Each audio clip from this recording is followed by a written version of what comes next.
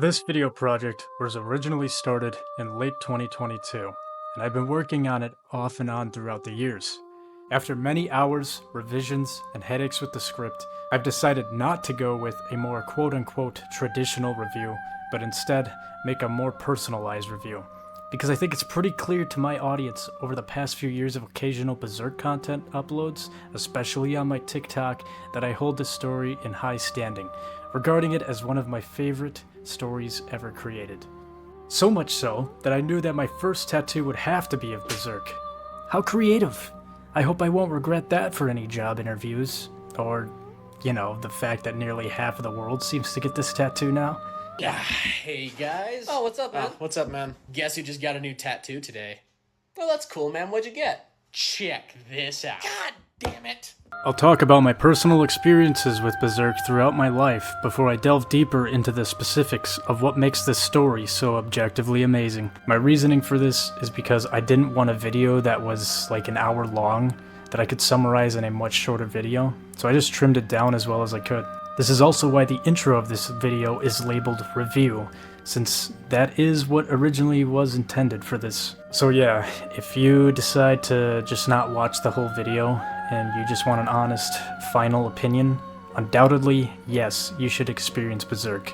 Personally, I think it's best experienced by reading the manga, but if books and mangas aren't your cup of tea, which I get it, it wasn't for me until I got into this series, then I'd say start with the 1997 anime and go from there.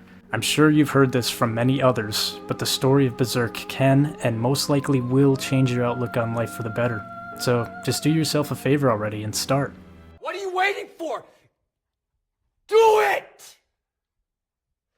Just do it! With that out of the way, I want to talk about where it all started from my memory, which I believe I was roughly 7 to 10 years old. In my younger years, from what I can recall, I only ever really liked watching Studio Ghibli movies, Inuyasha, and I think occasionally like Naruto or something. But at the end of the day, I still preferred to watch something on Cartoon Network or Nickelodeon or whatever. That was until I got to watch Berserk 1997 anime.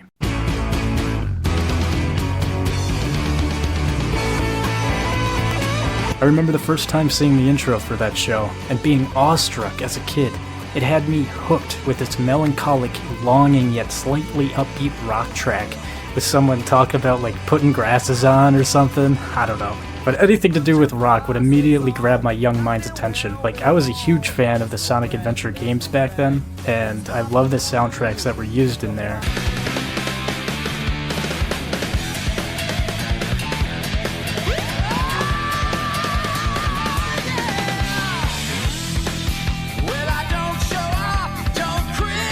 You are gay.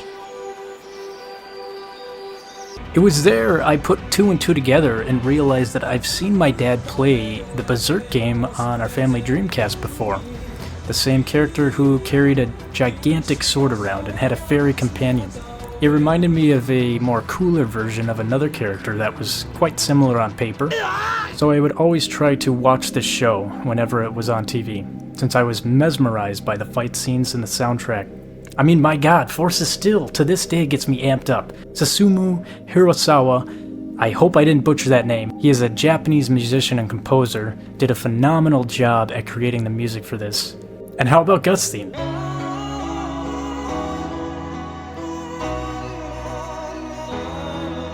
Despite the fact that it's been used to death in so many popular memes, it's still such a beautiful soundtrack and perfectly captures the essence of the main character Guts. Obviously though, the true themes of the show flew right over my head as a kid. Too much talking about dumb stuff. I want to see big guys swing big sword and fight more bad guys. That was something I remember thinking about a lot as a kid. But one thing was constant in my mind was that Guts was badass. He fought against the odds no matter what, and that he kinda looked like my dad if he was animated. So that was all I needed to want to watch this show all the time. Of course, as many of you probably know, Berserk does get into some dark subject matter, and while the 97 anime definitely trimmed the intense detail of a lot of that, one thing they could not get rid of was the eclipse. Well, with me being so young, I was never really allowed to watch the ending of Berserk 97 because it was a show for adults, and I was only allowed to watch some parts of it. This next part is kind of a little foggy for me in my memory, but if I'm remembering correctly, I snuck the Berserk DVD when nobody was looking. I'm pretty sure I was home alone. I popped it in the DVD player and continued watching where the show was always cut off for me as a kid, which was right around the time Griffith was imprisoned. I wondered constantly back then, what happened to Griffith? Do they save Griffith? Oh boy. I remember watching Guts cry while holding Griffith's mangled body. I remember seeing his rage against the soldiers and seeing them flee on horseback. Yes, I thought to myself, he's finally getting freed. And the next thing I know, Griffith is sitting in a river with that weird red necklace thing. Huh. Oh, and there's a solar eclipse. Okay. Oh, there's creepy humanoid creatures on the horizon. Okay. Oh, there's this necklace thing. It's shouting now and everybody's teleporting to hell. Kinda creepy, but Guts and his team can get out of any situation. Okay. Oh, they can't? Okay. Listen.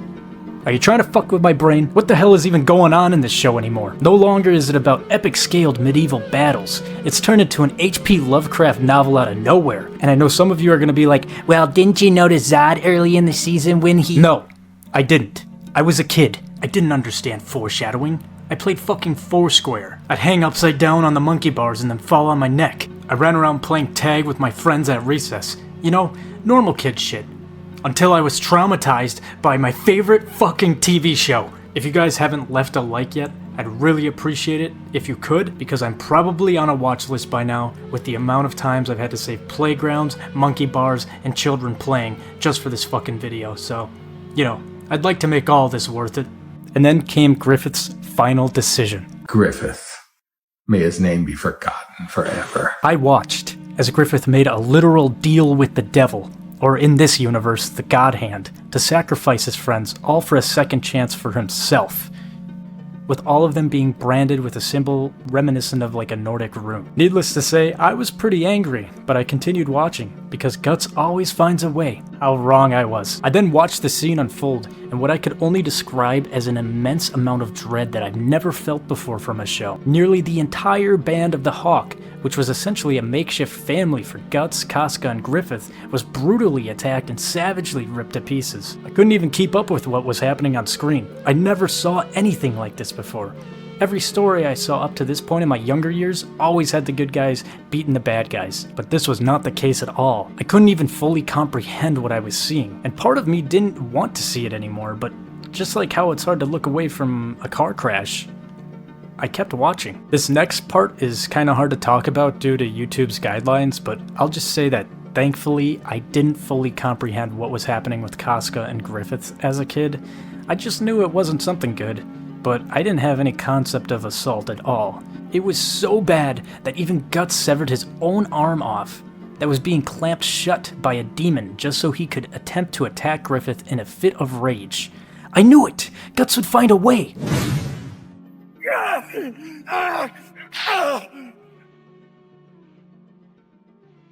I was heartbroken.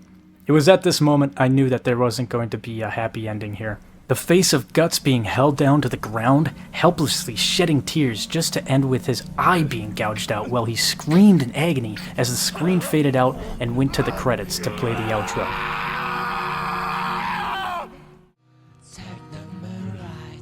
It was then I found out why the outro for the show was so sad compared to its more upbeat intro. The outro was a memorial of the characters all along, and it just now clicked with me. I didn't even know what to think to myself other than, that's it? They all just die?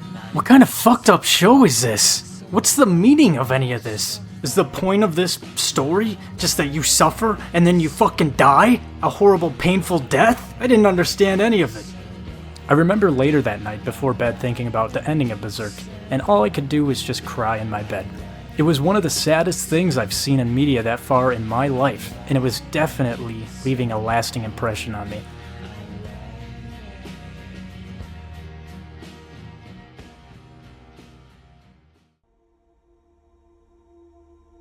Of course, with me being a kid and knowing I shouldn't be watching stuff like that, I never asked my parents if that show was meant to end that abruptly, or if there was more to the show, because I didn't want to out myself as watching something I wasn't supposed to. And after the eclipse scene, I understood why I was told that. Unfortunately, I forgot the name of the show back then, And for years, that's all I ever thought Berserk was. Just a great show that demolishes the viewers at the end, and everybody dies. I had no idea that a book existed. It wasn't until a few years later, when I was about 12 I think, where I saw the same scene again on YouTube, just labeled Berserk Eclipse. I clicked on the thumbnail because it looked familiar to me, and familiar it was. Still though, I never bothered to look up more about Berserk. I figured that was that, but at least this time I remembered what the series was called, and didn't have to constantly ask my dad what the name of the show with the guy who swung a big sword around was called. A little while later, when I was about 14, I remember sitting in English class. Ironically, Berserk was always an inspiration for me when writing stories for English classes, and it worked pretty well.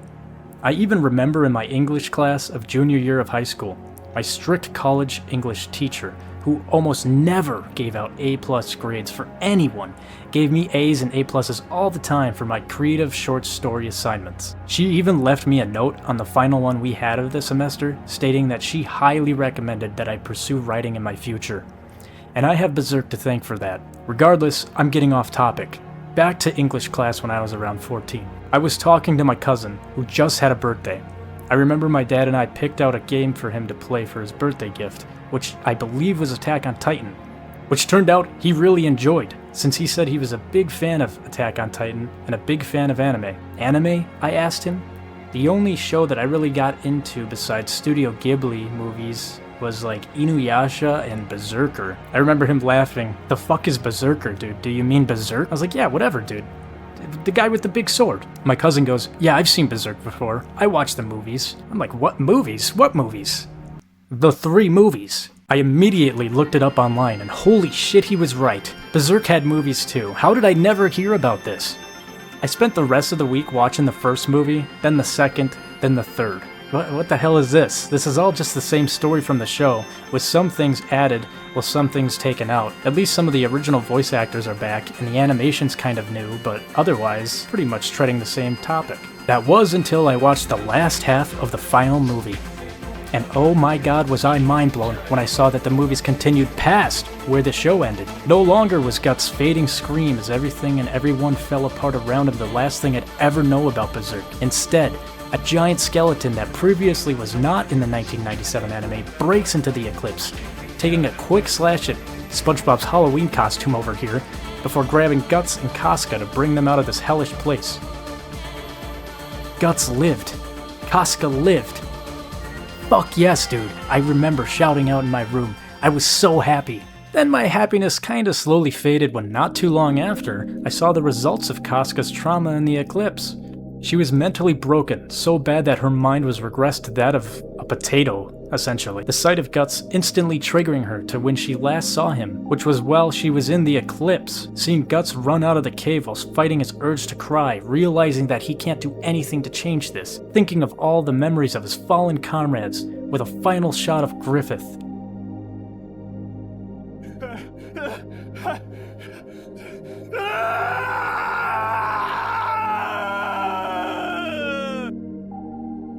It hurt to watch. The movie ends with Guts not long after falling down in the middle of a field, taking a breath while raindrops begin to pelt his face. A beautiful shot that calls back to when Guts was a child and was attacked by wolves. He begins fighting off ghosts as they appear, while Skull Knight approaches and teaches Guts the meaning of the brand and how his life will change now since the eclipse. Take heed, struggler. Struggle, endure, contend. For that alone is the sword of one who defies death. Do not forget these words. With a final, beautiful shot of the sun rising through the blades of grass, after a grueling night of Guts fighting off the ghosts, with Guts proclaiming that this isn't any different than what his life previously was.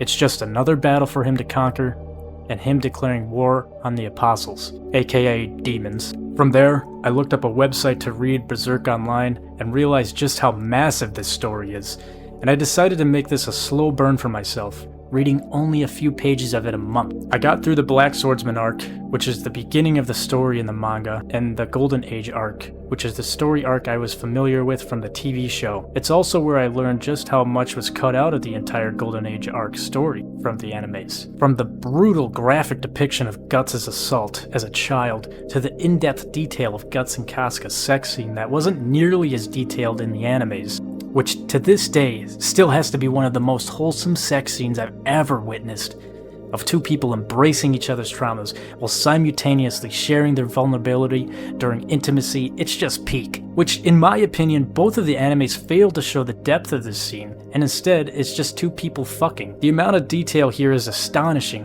and there's quite a bit that was left out. Another thing that I was thinking of was one of the chapters Kentaro Miura regretted releasing so quickly, and is sort of in this kinda canon but not really canon state, but it was the introduction of the idea of evil, which is, well, it's kinda in the name. It's the embodiment that evil is a manifestation of human consciousness, and that evil doesn't exist outside of that thought. In other words, the idea of evil and the being surrounding it in which it's created are the faults of the collective consciousness of humans who either needed something to blame for the atrocities committed in this world or from the evils floating around in human heads. It's kind of confusing, and I think it was meant to be, since the author realized this was something he wanted to explore much later on in the story. Thus, it's not a chapter that can really be solidified, but I still love it. It's dripping in philosophy reminiscent of Nietzsche, and Berserk does that quite a lot, focusing on a couple different philosophies throughout the story, but I'll get into that later. I finished the Golden Age arc around 2015, early 2016, and then not too long after I saw online that Berserk was confirmed to be getting yet another anime. And this one was going to show events after the Golden Age arc, so no more rehashing the same story. And instead we would get further into the story of Berserk that's in the manga. Wow, how exciting. I decided to set the reading aside and wait for the show to come out. And it's okay. Look, I know this isn't a new take by any means, but Berserk 2016 was just mediocre to me at best. I couldn't quite put my finger on it at the time, but something felt off about this show. Eventually I realized what it was when the show literally spelled it out for me near the end of one of the episodes. The animation was nauseating to look at. The angles and art direction chosen were just a little too odd compared to what I was used to with the 1997 anime and the Golden Age movies. And while I think CGI anime can work, considering the Golden Age movies also used it, 2016's was pretty lackluster. And it's even more frustrating when you can see just how damn good the show would have looked if they used traditional 2D animation. If you watch the intros, or when the show decides to switch to 2D animation for 5 seconds every other few episodes before reverting back to CGI, you notice it pretty quickly. And it looks pretty good when it's in the 2D sections. Also, the timeline is kinda weird in this show. It shows parts of the Black Swordsman arc, but then it kinda skips the rest of that, then goes straight into the Conviction arc, and I kinda just stopped watching it after a while, and I decided to wait for all the episodes to release so I could binge watch it later on. This is also around the time I started to see memes about Berserk a lot online, primarily one referencing the boat arc taking roughly 7 years, which meant that around the time I first experienced Berserk until now, Guts was on a boat with his crew, which was an insane amount of time to me. As the years went on, I would read more Berserk online. I eventually got through the Conviction arc, and just barely into the Millennium Empire arc, and I loved it. Seeing the absolute insatiable taste for revenge Guts had, that he was willing to do anything to achieve it, was intense. But it was also eerie, and even the art style mimics this throughout Berserk. I mean, for example, if you did a side-by-side with Guts and Griffith with people who don't know what Berserk is, most people would assume Griffith is the protagonist and Guts would be the antagonist, which is an interesting choice, and again, it kinda just all wraps around to just how decimated Guts' mental state was, and is, throughout this entire series. Guts also totally ignores Casca during this, to prioritize this revenge of his, which ultimately he ends up regretting quite a bit when she goes missing, taken to the Tower of Conviction. And then Griffith being reborn back into the physical realm was incredibly intense. I mean, just imagine how Guts felt in this, seeing your old friend who betrayed you and all of your allies, got them killed, and assaulted your girlfriend right in front of you, yet everyone else worships them for starting to fix the problems in the world he created, and promoting himself as some sort of savior. A lot of indescribable hate, I'm sure, and that's what Guts felt as well. Only to recoil when he hears the sounds of Casca behind him, reminding him that he needs to stay focused on what truly matters.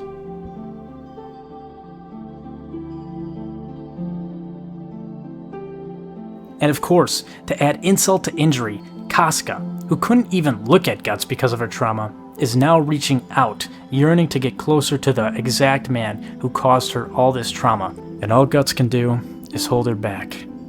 A metaphor for also having to hold his own emotions back. Yikes, that's rough.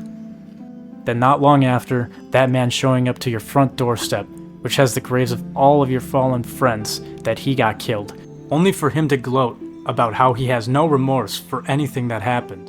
Of course, Guts snaps. Guts' rage in all of these panels are palpable and had me fuming at every page. I want to say this was around 2019-2020 when I finished a little into the Millennium Falcon arc, and that's where I stopped reading for a bit, but still thoroughly enjoyed what I read. I also started to meet more people here and there throughout the years that kinda knew of Berserk and loved its story, which was pretty cool to me, considering for so many years I could count on one hand the amount of people I knew in real life that knew what Berserk was. I remember also thinking around this time that I'd love to save up some money and visit Japan someday and see if there was any sort of Berserk-related events there. And maybe if I got lucky enough, I'd be able to meet the man himself. And then came March 2021, where I remember seeing an interesting video of Berserk called Berserk Karaoke. It was slightly a meme, but it also had one of my favorite songs from the 1997 anime in it, so I watched it. I only point this meme out because, while I would always see Berserk memes throughout the years, this was the one I saw since I stopped reading, like back in 2019-2020, and it's what kind of made me go, hey, I should start reading more Berserk again. And also, I wonder if they finished the 2016 anime yet. I gotta get back into both of them, and I should definitely invest into the physical books soon. I even found an old comment of mine on the video, which I then went back and re-edited to add more content to, when, unfortunately, a big event for the community right around the corner occurred.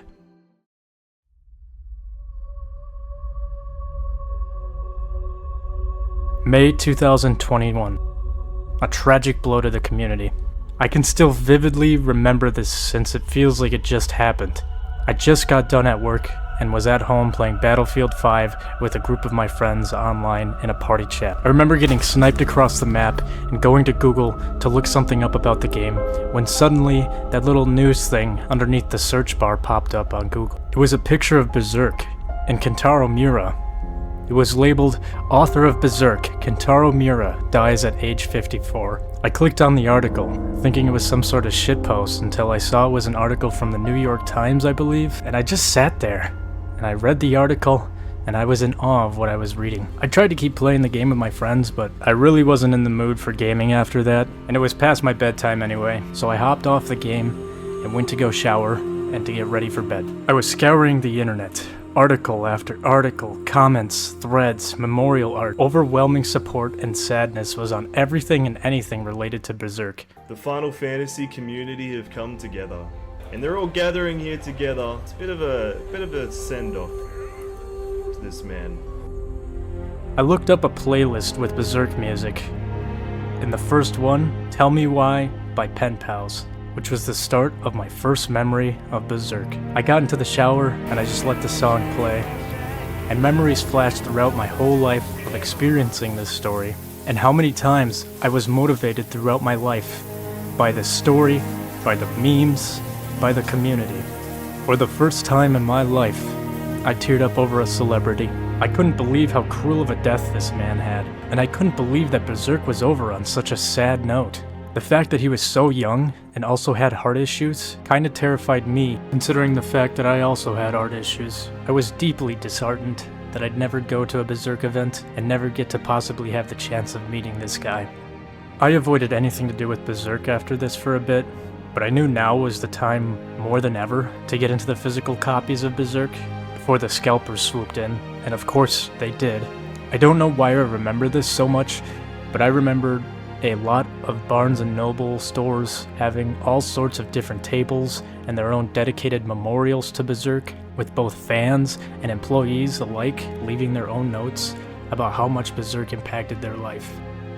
That definitely made me choke up a bit back then. And honestly, another reason why it has taken me so long to finalize this video is how sad this area of discussion makes me. I don't really like to dwell on depressing shit, and I was really bummed out about the whole situation, as many others were. Thankfully, my nearby Barnes & Noble store had some copies still left on the shelves, and I collected most of the rest online through Amazon.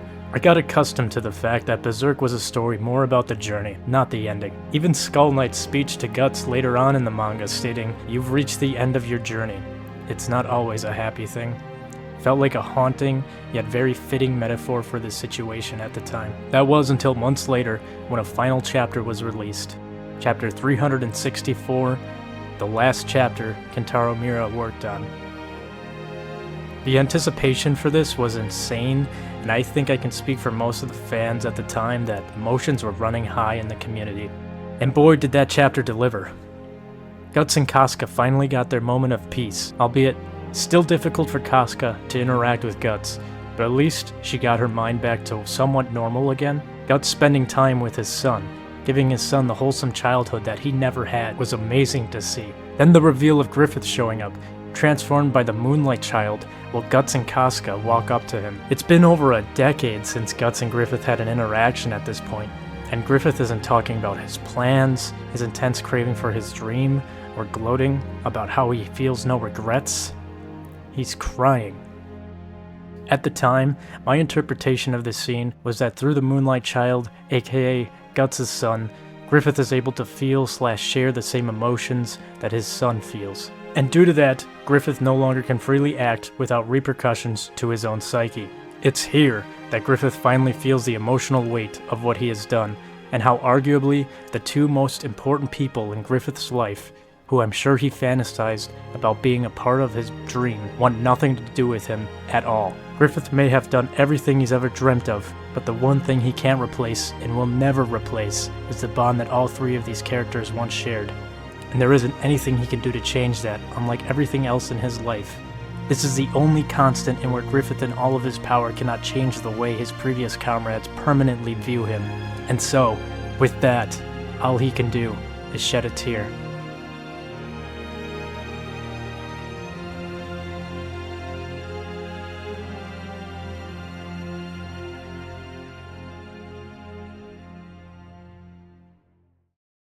And that's where the chapter leaves off.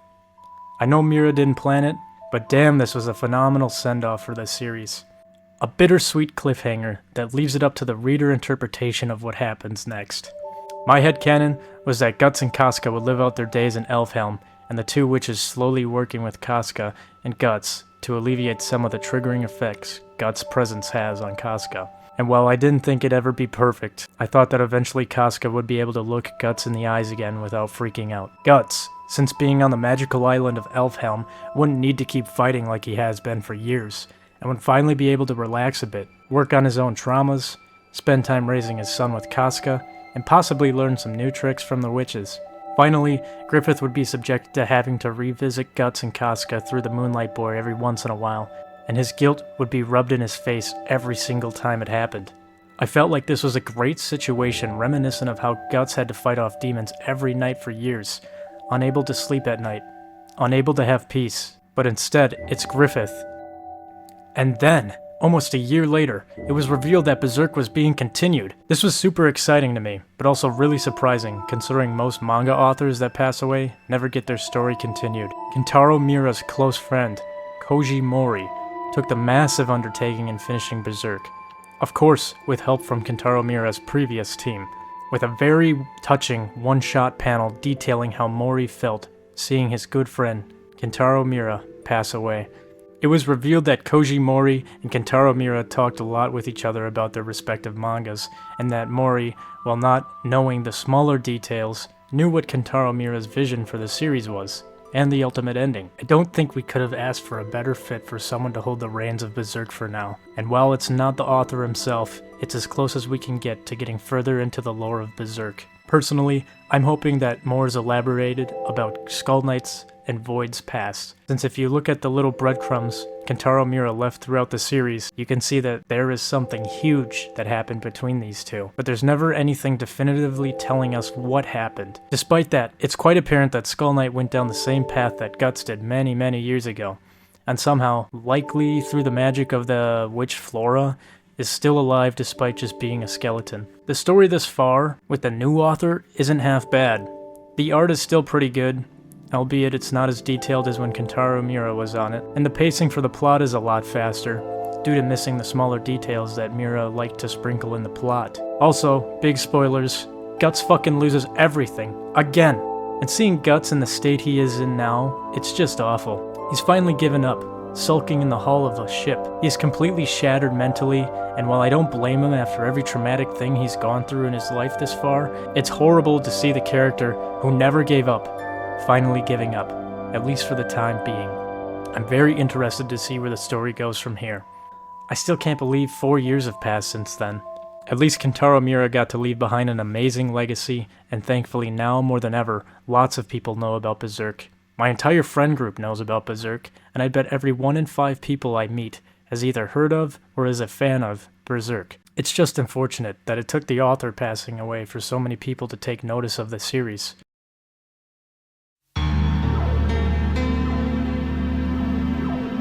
Just right off the bat, I'm gonna get the bad out of the way first. I don't really think Berserk has a lot of flaws, but the one thing that I think is a little too excessive is the amount of quote-unquote SA in the series.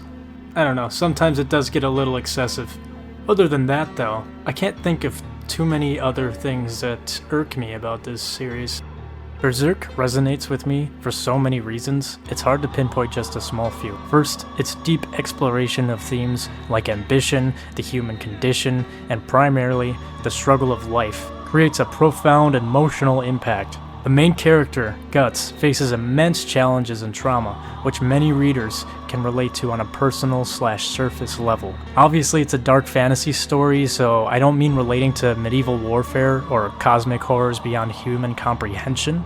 But anyway, Guts is a complicated character, but he feels so real.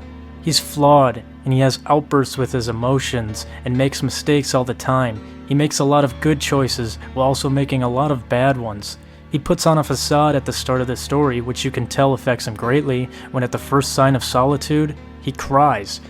He puts in so much effort against his causality, otherwise known as fate in this world, only to fail over and over again. Regardless of that though, he still finds the resolve to get up and keep walking, just to suffer through another day. You're going to be all right. You just stumbled over a stone in the road. It means nothing. Your goal lies far beyond this, doesn't it? I'm sure you'll overcome this. You'll walk again. Soon. Additionally, the relationships between characters, particularly the bond between Guts and Casca, add layers of emotional depth. The story doesn't shy away from depicting the harsh realities of life, including death, assault, thoughts of and betrayal, which can evoke strong feelings of empathy and understanding. Moreover, the artwork and the storytelling are incredibly immersive, drawing readers into a dark, yet beautifully crafted world. This combination of relatable themes, complex characters, and stunning visuals makes Berserk a touching experience for many fans. One of the standout aspects is its character development. Guts goes through such a transformation, and his journey from an abused child seeking approval from his only father figure to a lone warrior who despises human touch and companionship, to a mercenary for hire who seeks connection and purpose is really powerful. A lot of themes with Guts specifically, personally, hit the hardest when I was like 18 to 20 years old, as there's quite a few times throughout just the Golden Age arc alone where Guts can be seen contemplating on what his purpose is, and if anything he is doing in his life is because of his own want to do so, or if it's just to seek approval from someone else, much like how his childhood was. It was something I really related to, constantly wondering why I'm doing what I'm doing, and that I'm wasting time in my life, at my job, my hobbies, my passions, my relationships. Like previously mentioned,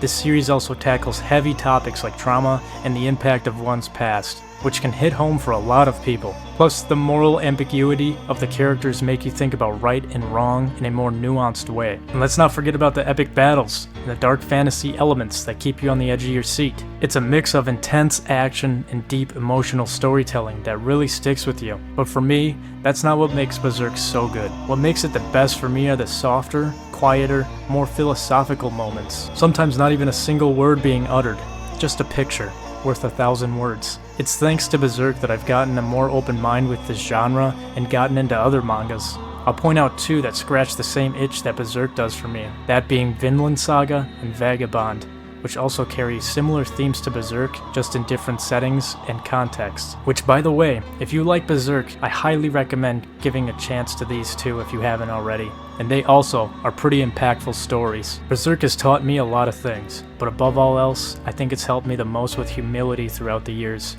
Seeing Guts go through literal hell and back, constantly getting the shortest end of the already broken stick, just to stand tall and to keep fighting for those around him, to never give up, all while striving to control his emotions and get better following a stoic path. It's pretty damn motivating. And it's also thanks to Berserk that I've gotten much more interested in the topic of stoicism, and reading more into that philosophy to see what I can apply to my life with it. That's not to say to suppress your emotions, quite the opposite, honestly. Stoicism teaches you how to better understand and to feel those emotions when life hits you with a curveball, and how to mold it into a positive thing, which is something you can definitely see in the later half of Berserk. It's taught me to be more grateful for what you have, the people surrounding you, the support, because it can all crumble down in a moment and you'll never know what you have until it's gone forever. Berserk inspires many of its readers, so much so that its influence is embedded in a lot of media. From surface level things such as Big Sword Cool Guy, to something a bit more complex, like almost the entirety of the FromSoft library of games, but specifically the Dark Souls series, which, to no surprise, is one of my favorite video game companies. I could be here for hours talking about how much more this series inspired me and motivated different pieces of media throughout the years, which I already did in the original version of this script, but I think you get the gist. I'll leave off with saying this. Kentaro Miura left behind an amazing, monumental legacy that has touched the hearts of millions of people, and creating pages of art that belong in a museum half the time. He redefined the genre of dark fantasy. He pushed the boundaries of storytelling and manga, even at the cost of his own health, which is a testament to his passion, and inspires people to this day, even after his death. I believe he has established his spot as the best manga creator of all time, and in my personal opinion, overall, the best author ever.